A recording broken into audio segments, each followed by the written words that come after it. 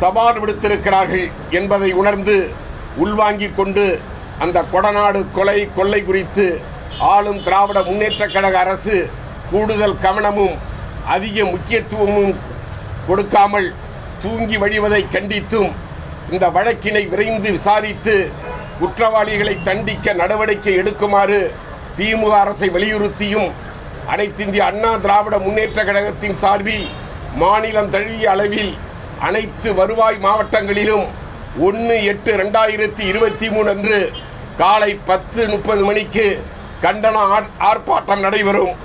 இந்த கண்டன ஆர்ப்பாட்டம் 1.5 கோடி தொண்டர்களை உயிராக நேசித்த ஒப்பற்ற தாய்க்காகவும் லட்சக்கணக்கானோருக்கு பச்சை மையில் கையெழுத்திடும் பாக்கியம் தந்த நம் மகத்தான அம்மா அவர்கள் வசித்த ஆலயத்தில் கொள்ளை நடத்திய அக்கிரமத்தை கண்டிப்பதற்காகவும் நடத்தப்படுவதால் கழக தொண்டர்கள் பேர் எழுச்சியோடு கலந்து கொள்ள வேண்டுமென அனைவரையும் கேட்டுக்கொள்கிறேன்.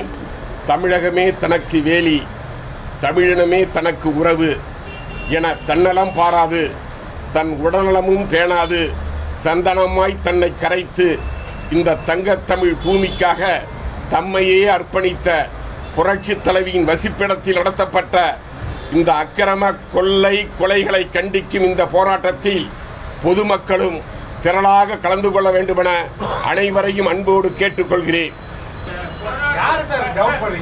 அதாவது XRY யாரோ செய்தவர்களை சட்டத்து முன் நிறுத்தணும், கண்டிக்கணும் என்பதுதான். யாருன்னு எங்களுக்கு தெரியாது.